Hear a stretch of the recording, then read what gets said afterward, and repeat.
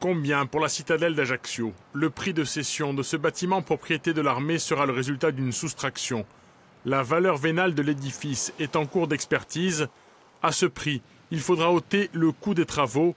Si la réfection venait à coûter plus cher que le bien, le ministère de l'Armée céderait alors la citadelle pour l'euro symbolique.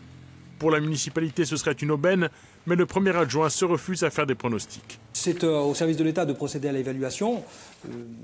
Voilà, je pense que ce qui est important pour eux, c'est d'avoir vérifié que la collectivité avait réfléchi sur l'ensemble des points concernant la citadelle et qu'aujourd'hui les critères d'intérêt général sont au rendez-vous. Le fortin génois serait dévolu à l'hôtellerie de luxe.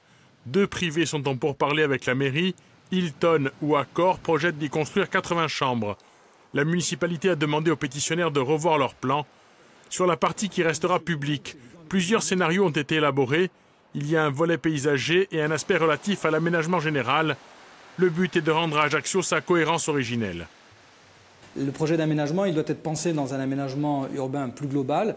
Quelle va être sa valeur ajoutée pour le centre ancien, dans le cadre d'un projet d'aménagement cœur de ville, d'une ville qui met en avant, je dirais, son patrimoine. Je rappelle d'ailleurs que dans les projets adjacents, on retrouve la piétonisation de la ville génoise, qui sont donc des artères qui sont dans l'axe de l'aménagement de la citadelle. On retrouve la rue Bonaparte avec la rue Roi de Rome.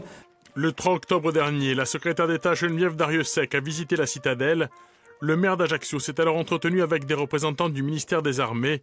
Le dossier pourrait bénéficier d'un coup d'accélérateur en novembre, où la visite d'Édouard Philippe est attendue.